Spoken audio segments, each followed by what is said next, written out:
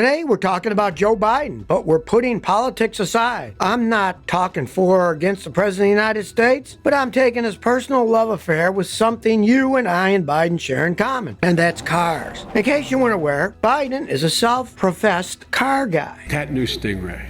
Yo. Today we're talking about whether it's just a front he's using for a political advantage or if he's the real deal. We'll also look at other former U.S. presidents and their love of cars, and we'll take a sneak peek into Biden's car collection.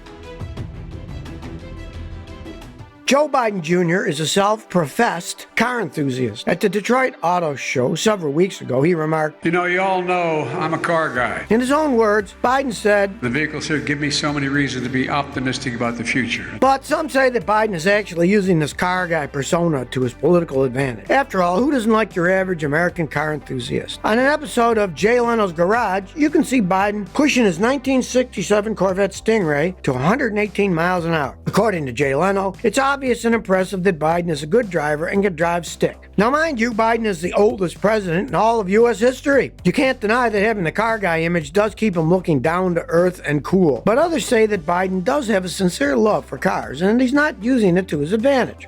Not many people know this, but Biden's love for cars started with his dad. His father, Joseph Robinette Biden Sr., became a car salesman and major gearhead after the Biden family moved to a 3-bedroom house in Wilmington, Delaware. That was in 1953, the year I was born, and Joe Biden Jr. was around 10 years old. Here, Joe Biden Sr. started selling used cars. But one day, after the store owner dumped a bucket of silver dollars just so he could watch his employees go after them on a dance floor, Biden Sr. left the party and never came back to the dealership. And to his son, that showed how much his father valued dignity and respect. Yet, even though he left that dealership, he still continued working as a car salesman elsewhere. By the time Joe Biden Jr. was attending the University of Delaware, he had already been given different cars from his dad. Evidently, Biden would always pull up in convertible. And according to Fred Sears, Biden's friend, this meant Biden had all his friends beat 8 ways from Sunday when it came to scoring dates. In fact, Biden still owns a 1967 Corvette Stingray that his father gave him as a surprise wedding present. This Goodwood green-colored convertible even appeared alongside President Biden's presidential campaign. We're talking a V8 engine that outputs 350 horsepower and has the ability to reach speeds of 60 miles an hour in just 4.7 seconds.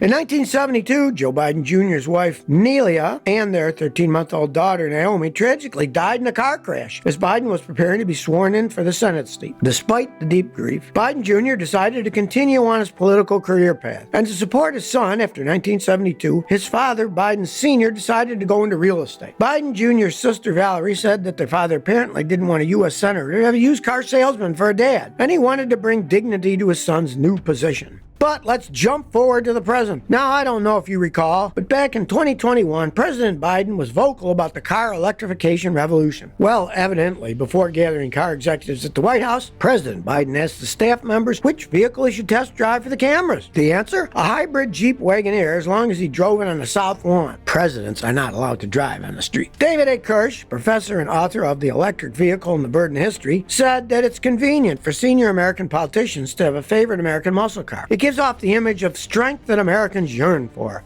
Biden's love of cars also spilled into other areas of political decisions. Back when Biden was vice president, the 2009 Recovery Act that he oversaw played a major part in saving the American car industry. Biden helped lead the rollout of a whopping $2 billion in research grants to accelerate development of EV batteries. And when Biden was looking to be reelected in 2012, he was famous for saying, Osama bin Laden is dead and General Motors is alive. Talk about mixing cars and politics. Biden knows a thing or two about cars. And so, the White House regularly schedules events at manufacturing facilities owned by GM, Ford, and Chrysler. Just take a look at some of Biden's recent events, and you'll see what I mean. Biden also has leverage in the car industry. When Biden visited Ford in 2021, he test drove the electric F-150 Lightning. And after news reports of the president's test drive went out, Ford received 200,000 reservations for its electric F-150 Lightning.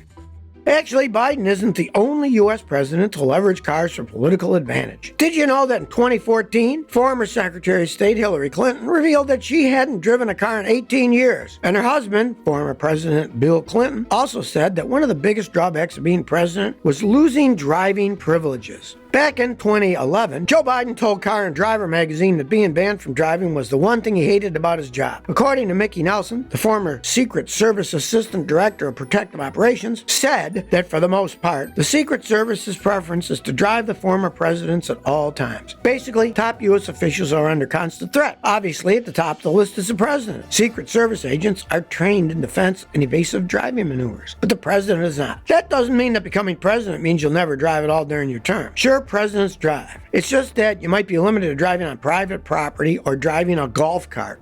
Secret Service agents have always kept an eye on the president. But after JFK's assassination, the reins on the president got tighter. When President John F. Kennedy was fatally shot by a sniper's bullet on November 22, 1963, he was riding in an open-topped Lincoln. Since then, with every new president, the rules on when or where the president can drive has only gotten more strict. Current Secret Service rules prohibit presidents and vice presidents from driving on public roads for safety reasons. Once you become president or vice president, your new ride is the back of a bulletproof limo.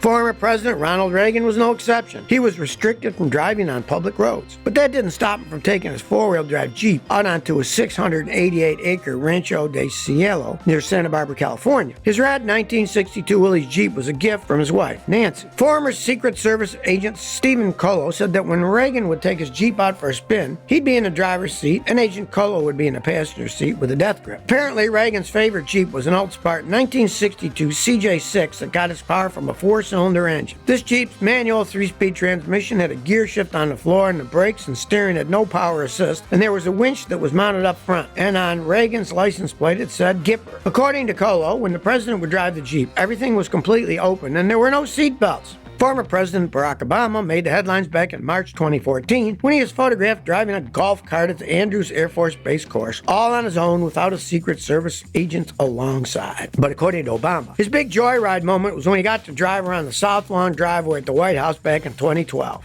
Former President Bill Clinton was another fellow car lover, but apparently there was at least one driving-related incident when Clinton scared Secret Service agents. During a visit to the late King Hussein at his compound in Jordan, King Hussein wanted to show off his new high-end Mercedes. Yet instead of asking President Clinton to watch or ride in the passenger seat, he offered him the keys to drive. But to the relief of the Secret Service agents, the car had a manual transmission and Clinton could only drive automatics. Even former President Donald J. Trump is known for having a multi-million-dollar luxury car collection, but he was rarely seen driving any of these cars. Did you know that William McKinley was the first U.S. president ever to ride in an automobile? That happened all the way back in 1899 in an F.O. Stanley locomobile. In November of that year, a story entitled Horseless Age said that President McKinley's ride in the F.O. Stanley locomobile gave the horseless carriage's popularity a decided impetus. But if you thought U.S. presidents were the only officials with driving restrictions, well, think again. Actually, leaders of both parties in the U.S. House and Senate get security details with drivers while they hold office. Same for cabinet secretaries. But in their case, once they clock out for the day, they have the freedom to drive themselves. Even lower-level federal agency officials have access to on-call drivers if and when they need one. Before Joe Biden became president, he was a known car collector. Believe it or not, he actually has some of the rare classic cars. Here are a few in his past and present collections. I'll start with a 1951 Studebaker Champion. That was his first car ever. Actually, it was a popular post-war purchase. It was made by the Studebaker Corporation of South Bend, Indiana, and it was in production from the beginning of 1939 until 1958. Biden's Champion was from the third generation. It had flat front fenders, backlight illumination for gauges, and automatic courtesy lights. The 2.8-liter engine output 85 horsepower. And not only did this car come with an automatic transmission, but it also came with unique features like the wraparound greenhouse rear window. Interestingly, in 1947, the Champion made up 65.08% of total sales for Studebaker. Remember Biden's father? Well, not only was he a former Chrysler dealership manager, but for a short period, he was also responsible for running operations at Ford. That's how Joe Biden Jr. was able to pull up in his prom with one of the coolest cars of any of his classmates have ever seen their eyes on. I'm talking about a 7,000-mile Chrysler 300D right off the lot. The Chrysler Letter Series were high-performance personal luxury cars, which means they weren't cheap. They were built by Chrysler from 1955 to 1965. Some even considered to be one of the precursors to muscle cars. Another impressive car in Biden's collection is the Mercedes-Benz 190 SL. While it's unclear exactly which model he has, likely would have to be one between 1955 to 1963, which are the years the car was produced. The Mercedes-Benz 190 SL is a 1.9-liter straight, 4-cylinder, single overhead cam engine that output 104 horsepower. You can literally feel the power coming from the engine as you drive. Biden also has a 1952 Plymouth Cranbrook convertible. It's a classic design, candy apple red convertible that's powered by a 97 horsepower 6-cylinder flathead engine.